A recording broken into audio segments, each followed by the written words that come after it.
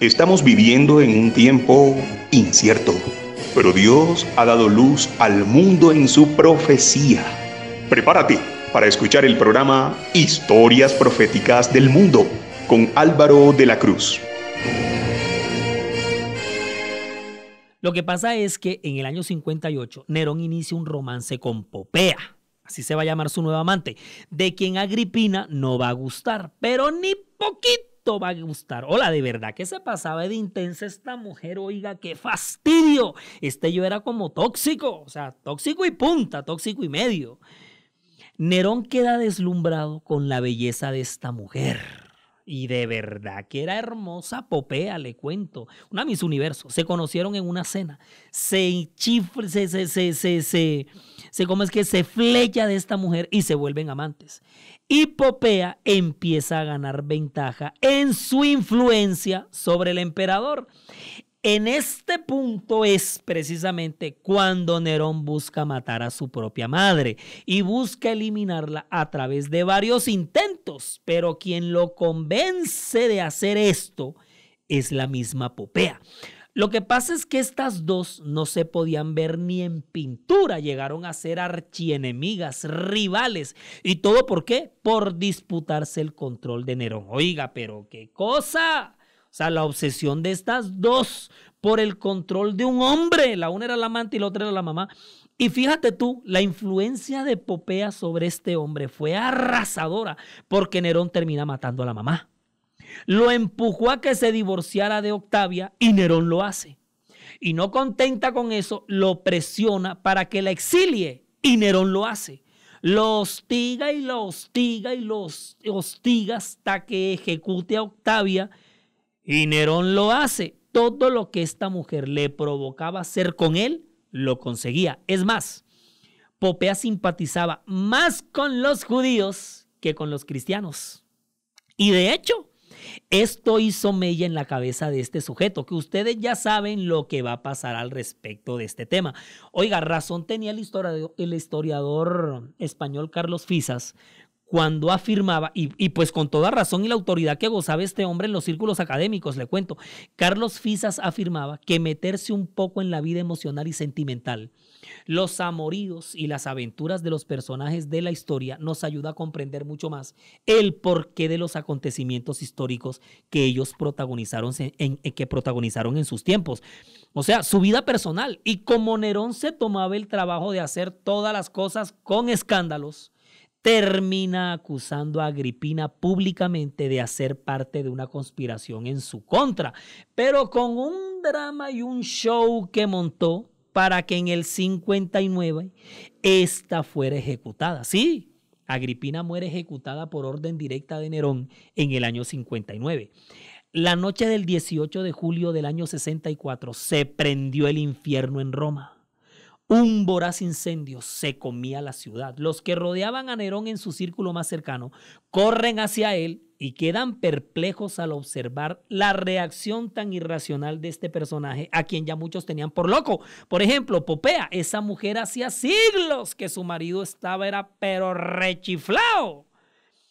Nerón se paró en el balcón de su alcoba en lo alto de la torre de Mecenas, en la cumbre del Palatino, sacó su lira, que era el instrumento que siempre lo acompañaba, empieza a interpretarla mientras va recitando de memoria los versos de la Ilíada y la Odisea de Homero en la sección Cuando Troya arde, mientras Nerón contempla con sus propios ojos a la ciudad de Roma fritarse en ese trágico holocausto. Esa escena es icónica en el séptimo arte, te cuento, en la versión cinematográfica de la épica obra Quo Vadis de 1951, dirigida por Mervyn Leroy, y con la espectacular interpretación de Peter Ustinov en el papel de Nerón. ¡Papelazo! Oh, Quo Vadis, clásico de clásicos, de mis favoritos de todos los tiempos. Desde que soy un niño conocí esta epopeya y no faltaba en la programación de televisión para la época de la Semana Santa por aquellos años que tanto recuerdo con nostalgia. La escribió el polaco Henryk Sienkiewicz.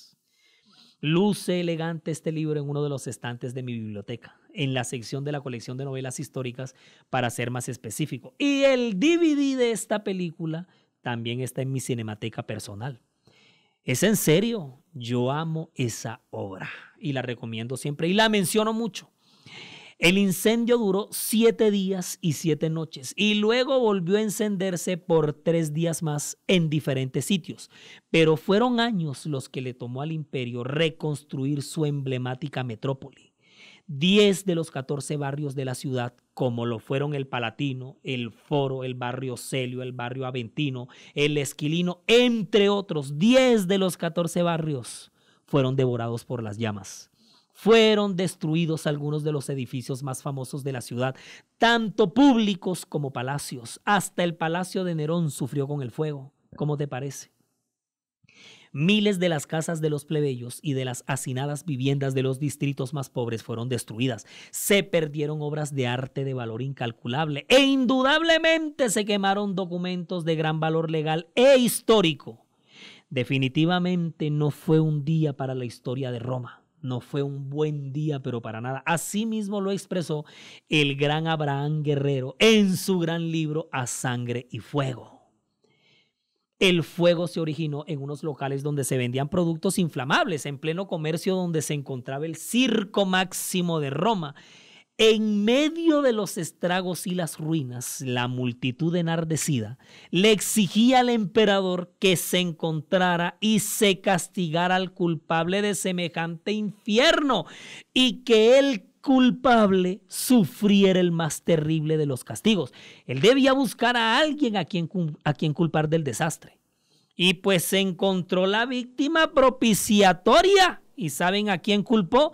A, según él, la secta ilegal de los cristianos, que en ese tiempo sin duda habían llegado a ser numerosos en la ciudad. Y precisamente, es el detonante para que a partir del año 67 exactamente, se decretara un plan de exterminio gubernamental del cristianismo y se diera rienda suelta al mayor desenfreno de las más atroces barbaries y crímenes diabólicos de la más brutal y lesa humanidad. Las más horrendas bestialidades demenciales fueron cometidas contra los cristianos, que incluso llegaron a mover las fibras mismas de la compasión de los propios romanos. Nerón refinó sus crueldades e inventó todo tipo de castigos contra la Iglesia de Cristo, los que pudiera inventar su mente enferma en su más infernal imaginación.